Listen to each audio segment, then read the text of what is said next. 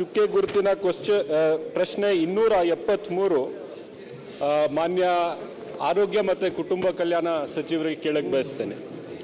ಮಾನ್ಯ ಸಭಾಧ್ಯಕ್ಷರೇ, ಉತ್ತರವನ್ನು ಒದಗಿಸಿದ್ದೇನೆ. ಮಾನ್ಯ ಸಭಾಧ್ಯಕ್ಷರೇ, ಉತ್ತರವನ್ನು ಕೊಟ್ಟಿದ್ದಾರೆ, ಆದರೆ ಸಮಂಜಸವಾಗಿ ಇಲ್ಲ. ನಾನು ಕೇಳ್ತಿರೋ ಪ್ರಶ್ನೆ ಆಯುಷ್ ಡಿಪಾರ್ಟ್ಮೆಂಟ್ ಇಲಾಖೆನ ಚಂದ್ರು ಆಯುಷ್ ಡಿಪಾರ್ಟ್ಮೆಂಟ್ ಅಲ್ಲಿ 73 ಹಾಸ್ಪಿಟಲ್ಗಳಿವೆ ಸನ್ಮಾನ್ಯ ಅಧ್ಯಕ್ಷರೇ. ಈ 83 ಹಾಸ್ಪಿಟಲ್ಸ್ಗಳಿದ್ದಾವೆ. ಈ 83 ಹಾಸ್ಪಿಟಲ್ಗಳಲ್ಲೂ ಸ್ಪೆಷಲಿಸ್ಟ್ ಹುದ್ದೆ ಇಲ್ಲ. ಯಾವುದು ಒಂದು ಹಾಸ್ಪಿಟಲ್ ಕೂಡ ಕಾಯಂ ಸ್ಪೆಷಲಿಸ್ಟ್ ಹುದ್ದೆ ಇಲ್ಲ. ಅಂತ ಸಂದರ್ಭದಲ್ಲಿ ಈಗ ತಾವು PG ಮಾಡಿರ್ತಕ್ಕಂಥ ಸ್ನಾತಕೋತ್ತರ ಪದವಿ ಪಡೆದಿರ್ತಕ್ಕಂಥ ಆಯುಷ್ ವಿದ್ಯಾರ್ಥಿಗಳಿಗೆ ಕುಣಿಗಲ್ ರಂಗನಾಥ್ ಅಲ್ಲಿ ಕೂತ್ಕೊಳ್ಳಿ, ಸೀಟ್ ಇದೆ ಅಲ್ಲಿ. ಸ್ನಾತಕೋತ್ತರ ಪದವಿ ಪಡೆದಿರ್ತಕ್ಕಂಥ ವಿದ್ಯಾರ್ಥಿಗಳಿಗೆ ಏನು ಅಲೋಪತಿ ವಿದ್ಯಾರ್ಥಿಗಳಿಗೆ ಏನು ವೇತನ ಕೊಡ್ತಾ ಇದ್ದೀರಿ, ಏನು ಸಂಬಳ ಕೊಡ್ತಾ ಇದ್ದೀರಿ, ಏನು ಭತ್ಯೆ ಕೊಡ್ತಾ ಇದ್ದೀರಿ, ಅದೇ ಕೊಡ್ತಾ ಇದ್ದೀರಿ. ಆದ್ರೂ ಸಹ ಕಾಯಂ ಹುದ್ದೆ ಅವ್ರಿಗೆ ಕೊಟ್ಟಿಲ್ಲ, ಸ್ಪೆಷಲಿಸ್ಟ್ ಹುದ್ದೆ ಕೊಟ್ಟಿಲ್ಲ. ಸರ್ಕಾರ ಅಷ್ಟೇ ಹಣ ಅವ್ರ ಮೇಲೆ ಖರ್ಚು ಮಾಡ್ತಾ ಇರುವಾಗ ಹುದ್ದೆ ಯಾಕೆ ಕೊಟ್ಟಿಲ್ಲ, ಕಾಯಂ ಹುದ್ದೆ ಯಾಕೆ ಕೊಟ್ಟಿಲ್ಲ ಅಂತ ಕೊಡಕ್ಕಾಗಿಲ್ಲ. ಅಂದ್ರೆ ಸರ್ಕಾರದ ದುಡ್ಡು ಅಷ್ಟು ಮಟ್ಟದಲ್ಲಿ ತಾವು ಕೊಡ್ತಾ ಇದ್ದೀರಿ, ಅದು ಸರ್ಕಾರಕ್ಕೆ ಲಾಸ್ ಆಗ್ತಾ ಇಲ್ವಾ ಅಂತ ನನ್ನ ಪ್ರಶ್ನೆ. ಈಗ ಮಾನ್ಯ ರಿಜ್ವಾನ್ ಅವರು ಪ್ರಶ್ನೆ ಕೇಳಿದರೆ, ಈಗ ಉತ್ತರದಲ್ಲಿ ಎಲ್ಲವನ್ನು ನಾನು ಹೇಳಿದ್ದೀನಿ ಅವ್ರಿಗೆ. ಅವ್ರು ಸಮಂಜಸ ಇಲ್ಲ ಅಂತ ಹೇಳ್ತಾ ಇದ್ದಾರೆ, ಬಟ್ ಉತ್ತರದಲ್ಲಿ ಎಲ್ಲವನ್ನು ಕೂಡ ನಾವು ಕೊಟ್ಟಿದ್ದೇವೆ. ಈಗ ನಮ್ಮಲ್ಲಿ 83 ತಾಲೂಕು ಆಯುಷ್ ಆಸ್ಪತ್ರೆಗಳಿದೆ. ಅದರಲ್ಲಿ ಒಂದೊಂದು ಆಸ್ಪತ್ರೆಗೆ 2 ತಜ್ಞ ವೈದ್ಯರನ್ನ ನೇಮಕ ಮಾಡ್ಕೊಂಡಿದ್ವಿ. ಅಂದ್ರೆ 166 ತಜ್ಞ ವೈದ್ಯರು ಇದ್ದಾರೆ. ಇನ್ನು ಉಳಿದಿರೋ ತಾಲೂಕು ಆಸ್ಪತ್ರೆಗಳು ಇನ್ನೂ ನಿರ್ಮಾಣ ಆಗಿಲ್ಲ.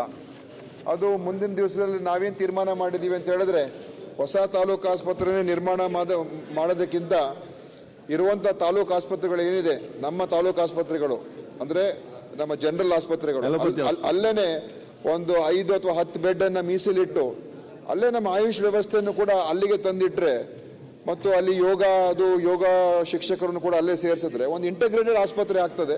ಎಲ್ಲ ಒಂದೇ ಕಡೆ ಮಾಡ್ಕೊಳ್ಳೋಣ ಅಂತ ಒಂದು ನಾವು ಪ್ರಪೋಸ್ ಮಾಡಿದ್ದೀವಿ. ಆದ್ರೆ ಅವ್ರು ಹೇಳಿದ್ದು, ಯಾಕೆ ನೀವು ಅವರನ್ನ ತಜ್ಞ ಹುದ್ದೆ ಸೃಜನೆ ಯಾಕಾಗಿಲ್ಲ ಅಂತ.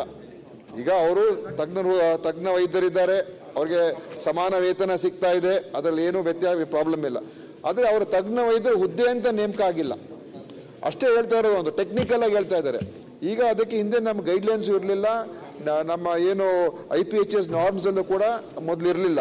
ಈಗ IPHS ಏನು 2024ಕ್ಕೆ ಹೊಸ ಮಾನದಂಡಗಳು ಬಂದಿದೆ, ಅದನ್ನು ಕೂಡ ಉತ್ತರದಲ್ಲಿ ಬರೆದಿದ್ದೀನಿ.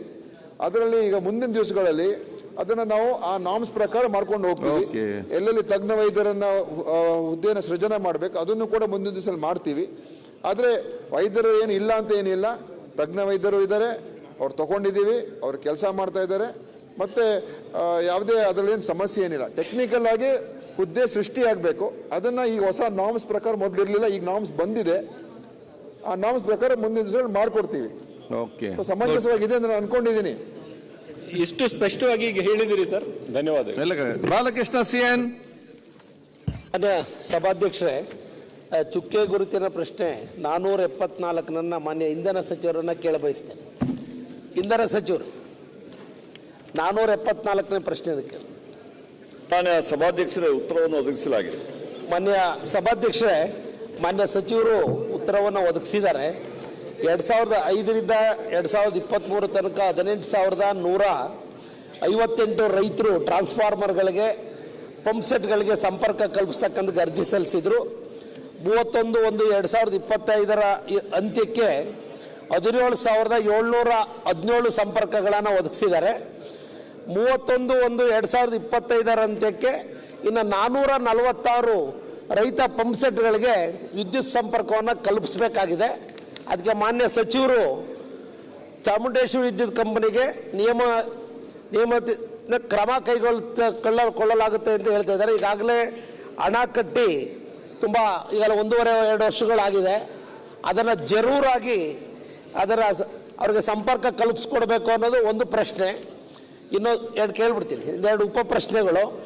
ಚನ್ನರಾಯಪಟ್ಟಣ ನನ್ನ ವಿಧಾನಸಭಾ ಕ್ಷೇತ್ರದ ವ್ಯಾಪ್ತಿನಲ್ಲಿ ಸರ್ 49,000 ರೈತರ ಪಂಪ್ ಸೆಟ್ಗಳಿದ್ದಾವೆ ಸರ್. ಸುಮಾರು 100 ಕಾಯರ್ ಇಂಡಸ್ಟ್ರೀಸ್ಗಳಿದ್ದಾವೆ. ಇವತ್ತು ಗುಣಮಟ್ಟದ ಒಂದು ವಿದ್ಯುತ್ ಸರಬರಾಜು ಮಾಡುವ ಉದ್ದೇಶದಿಂದ ಕಲ್ಕೆರೆ ಅಂತ ವ್ಯಾಪ್ತಿನಲ್ಲಿ 220 kV ರಿಸೀವಿಂಗ್ ಸ್ಟೇಷನ್ ಈಗಾಗಲೇ ತಾಂತ್ರಿಕ ಅನುಮೋದನೆ ಆಗಿದೆ ತಮ್ಮ ಸಹಕಾರದಿಂದ. ಅದನ್ನು ಆಡಳಿತಾತ್ಮಕ ಅನುಮೋದನೆ ಮಾಡಿ ಆ ಒಂದು ಪ್ರಾಜೆಕ್ಟ್ನ ಆ ಭಾಗದ ರೈತ ಹಿತದೃಷ್ಟಿಯಿಂದ ಮಾಡಿಕೊಡಬೇಕು ಅನ್ನೋದು ಒಂದು. ನಂಬರ್ 2, MB ಕಾವಲ್ ಅಂತ ಇದೆ ಸರ್. ಆ ಭಾಗದಲ್ಲಿ 7 ಗಂಟೆಗಳ ಕಾಲ ಕರೆಂಟ್ ಸಿಗ್ತಾ ಇಲ್ಲ ರೈತರಿಗೆ. ಅದಕ್ಕೆ ಈಗಾಗಲೇ 2 ಬಾರಿ ಟೆಂಡರ್ ಆಯಿತು. ಸಿಂಗಲ್ ಬಿಡ್ ಆಗಿತ್ತು, ಕ್ಯಾನ್ಸಲ್ ಆಯಿತು.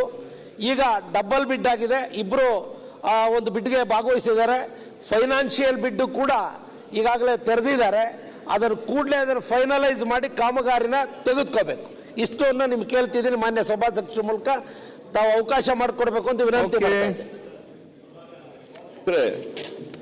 ಈಗಾಗಲೇ ಸನ್ಮಾನ್ಯ ಸದಸ್ಯರಾದ ಬಾಲಕೃಷ್ಣ ಅವರು ಹೇಳಿದಂಗೆ 18,158 ಅಕ್ರಮ ಸಕ್ರಮ ಪೆಂಡಿಂಗ್ ಇತ್ತು.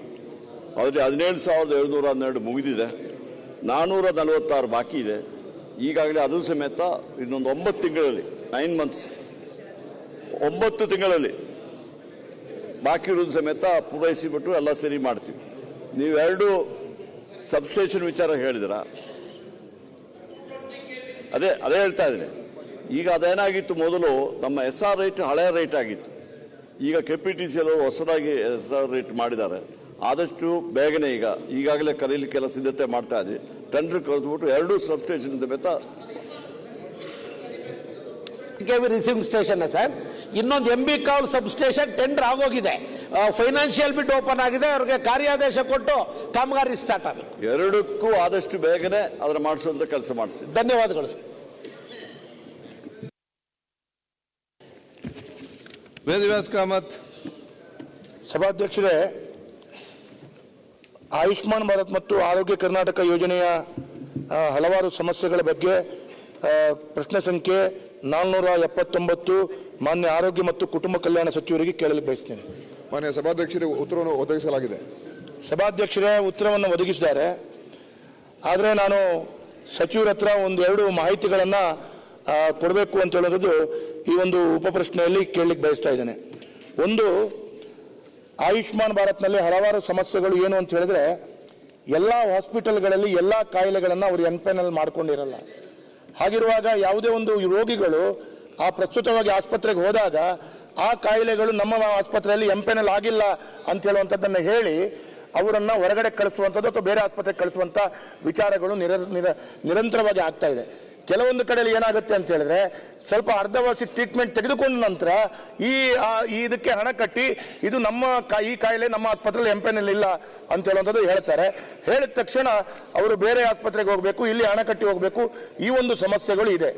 ಎರಡನೇದು ಏನು ಅಂತ ಹೇಳಿದ್ರೆ, ತುರ್ತಾಗಿ ಆಕ್ಸಿಡೆಂಟ್ಗಳಾದಾಗ ಈ ಆಕ್ಸಿಡೆಂಟ್ಗಳು ಮತ್ತು ತುರ್ತಾಗಿ ಆಗುವಂಥ ಈ ಘಟನೆಗಳಿಗೆ ಆಸ್ಪತ್ರೆಯಲ್ಲಿ ದಾಖಲಾಗುವಂಥ ಸಂದರ್ಭದಲ್ಲಿ ಅವರು ಯಾವ ಆಸ್ಪತ್ರೆ ಯಾವುದೋ ಕಾಯಿಲೆಗಳಿಗೆ, ಈ ಆಕ್ಸಿಡೆಂಟ್ ಆದ ಕಾಯಿಲೆಗಳಿಗೆ ಎಂಪೈನಲ್ ಆಗಿದೆ ಅಂತ ಹೇಳುವಂಥದ್ದು ಪೇಷಂಟ್ ಅಥವಾ ಪೇಷಂಟ್ ಪಾರ್ಟಿಗಳು ಹುಡ್ಕೊಂಡು ಹೋಗಿ ಆ ಆಸ್ಪತ್ರೆಗಳಿಗೆ ಹೋಗಿ ದಾಖಲಾಗಬೇಕಾಗ್ತದೆ. ಅಲ್ಲಿ ತುರ್ತಾಗಿ ಎಮರ್ಜೆನ್ಸಿಯಾಗಿ ಹತ್ತಿರ ಹಾಸ್ಪಿಟ್ಲಿಗೆ ಹೋದಾಗ ಅವರು ಅದಕ್ಕೆ BPL ಕಾರ್ಡ್ ಇದ್ರೂ ಕೂಡ ನಾವು ಈ ಒಂದು ಹೆಡ್ ಇಂಜುರಿಗೋ ಅಥವಾ ಹಾರ್ಟಿಗೋ ಇನ್ನೊಂದು ಸಂಬಂಧಪಟ್ಟದಕ್ಕಾಗಿ ಎಂಪೈನಲ್ ಆಗಿಲ್ಲ ಅಂತ ಹೇಳುವಂಥದ್ದನ್ನು ಹೇಳಿದಾಗ ಈ ಎಮರ್ಜೆನ್ಸಿ ಆದಂಥ ಪೇಷಂಟ್ ಪಾರ್ಟಿಗಳು ಬಹಳ ತೊಂದರೆಯನ್ನು ಬೀಳಿಸ್ಕೊಳ್ತಾರೆ. ಇದರೊಟ್ಟಿಗೆ ಅವರು ನೀವು ರೆಫರಲ್ ಲೆಟರ್ ತಗೊಂಡು ಬರಬೇಕು ಅಂತ ಹೇಳ್ತಾರೆ. ಈ ರೆಫರಲ್ ಲೆಟರ್ ಎಮರ್ಜೆನ್ಸಿ ಆದಾಗ ರೆಫರಲ್ ಲೆಟರ್ ತೆಗೆದುಕೊಂಡು ಬರುವಾಗ ಸ್ವಲ್ಪ ಸಮಯಗಳಾಗತ್ತೆ. ಹಾಗಾಗಿ ಇದು ಒಂದು ಈಗ ಪ್ರಸ್ತುತವಾಗಿರುವಂತ ಅನುಷ್ಠಾನ ಮಾಡ್ತಾ ಇರುವಂತದ್ರಲ್ಲಿ ಸಮಸ್ಯೆಗಳು. ಇದಕ್ಕಿಂತ ದೊಡ್ಡ ಸಮಸ್ಯೆಗಳು ಏನು ಅಂತ ಹೇಳಿದ್ರೆ, ಆರೋಗ್ಯದ ಕ್ಷೇತ್ರದಲ್ಲಿ ಆಯುಷ್ಮಾನ್ ಭಾರತ್ ಈಗ 70 ವರ್ಷದವರ ಮೇಲ್ಪಟ್ಟು ಅವರಿಗೆ ಇಡೀ ದೇಶದಲ್ಲಿ ಎಲ್ಲ ಬಂಧುಗಳಿಗೆ ಚಿಕಿತ್ಸೆ ಸಿಗಬೇಕು ಅಂತೇಳಿ ಇಡೀ ದೇಶದಲ್ಲಿ ಆರೋಗ್ಯ ರಕ್ಷಣೆ ನೀಡಲು ಕೇಂದ್ರ ಸರ್ಕಾರ ಒಂದು ವಿಶೇಷವಾದಂತಹ ಮಹತ್ವದ ಯೋಜನೆಯನ್ನು ಕೊಟ್ಟಿದೆ. 70 ವರ್ಷ ಮೇಲ್ಪಟ್ಟು ಕೊಟ್ಟಂತ ಈ ಯೋಜನೆ ಕರ್ನಾಟಕ ರಾಜ್ಯದಲ್ಲಿ ನಮ್ಮ ಜನರಿಗೆ ಸಿಗ್ತಾ ಇಲ್ಲ ಅಂತ ಹೇಳೋದು ದುಃಖ ಇದೆ. ಹಾಗಾಗಿ ಇದನ್ನು ನೀವು ಆ ಕೇಂದ್ರ ಸರ್ಕಾರ ಕೊಟ್ಟಂತ 70 ವರ್ಷ ಮೇಲ್ಪಟ್ಟಂತ ವ್ಯಕ್ತಿಗಳಿಗೆ ಇದು ಸಿಗ್ತಾ ಇಲ್ಲದಂತ ಒಂದು ವಿಶೇಷವಾದಂತಹ ವಿಚಾರಗಳನ್ನ ಮನಸ್ಸಿನಲ್ಲಿಟ್ಟುಕೊಂಡು ನಮ್ಮ ರಾಜ್ಯ ಸರ್ಕಾರ ಇದಕ್ಕೆ 70 ವರ್ಷ ಮೇಲ್ಪಟ್ಟವರಿಗೂ ಕೂಡ ಈ ಅವಕಾಶಗಳು ವಂಚಿತರಾಗಿದ್ದವರಿಗೆ ದೊರಕಿಸಿಕೊಡ್ಬೇಕು ಅಂತೇಳಿ ನಾನು ಸಚಿವರ ಹತ್ರ ಕೇಳಲಿಕ್ಕೆ ಬಯಸ್ತೇನೆ. ಅದರ ಒಟ್ಟಿಗೆ ಕೊನೆಯದಾಗಿ ಒಂದು ಪ್ರಶ್ನೆ, ಇದಕ್ಕೆ ಒಟ್ಟಿಗೂ ಒಂದಕ್ಕೂ ಉತ್ತರ ಕೊಡಿ ಸರ್. ಕೊನೆಯದಾಗಿ ಏನು ಅಂತ ಹೇಳಿದ್ರೆ, ಇದರಲ್ಲಿ ಕೂಡ ಕೆಲವಾರು ಕಡೆಗಳಲ್ಲಿ ಎಮರ್ಜೆನ್ಸಿ ಹೋದಾಗ ಆ ಆಸ್ಪತ್ರೆಗಳಲ್ಲಿ ICU ಇರಲ್ಲ. ಮಾನ್ಯ ಸ್ಪೀಕರ್ ಅವರಿಗೂ ಗೊತ್ತಿದೆ, ಎಮರ್ಜೆನ್ಸಿ ಆಗಿ ಆಯುಷ್ಮಾನ್ ಭಾರತ್ನ ಬೆನಿಫಿಟ್ ತೆಗೆದುಕೊಳ್ಳುವಾಗ ಅಲ್ಲಿ ICU ಇಲ್ಲದೆ ICUಗಾಗಿ ಪರದಾಡ್ತಾ ನಿಮ್ಗಿರ್ಬೋದು, ನಮ್ಮ ಜಿಲ್ಲೆಯ ಎಲ್ಲ ಜನಪ್ರತಿನಿಧಿಗಳಿಗೆ, ನಾಯಕರುಗಳಿಗೆ ಫೋನ್ ಬರುತ್ತೆ. ಇದು ಎಲ್ಲವನ್ನ ನೀವು ಸರಿಯಾಗಿ ಒಂದು ವ್ಯವಸ್ಥಿತವಾಗಿ ಸರಿ ಮಾಡಿಕೊಡ್ಬೇಕು ಅಂತೇಳಿ ನಾನು ನಿಮ್ಮ ಹತ್ರ ಕೇಳ್ಕೊಳ್ತೀನಿ.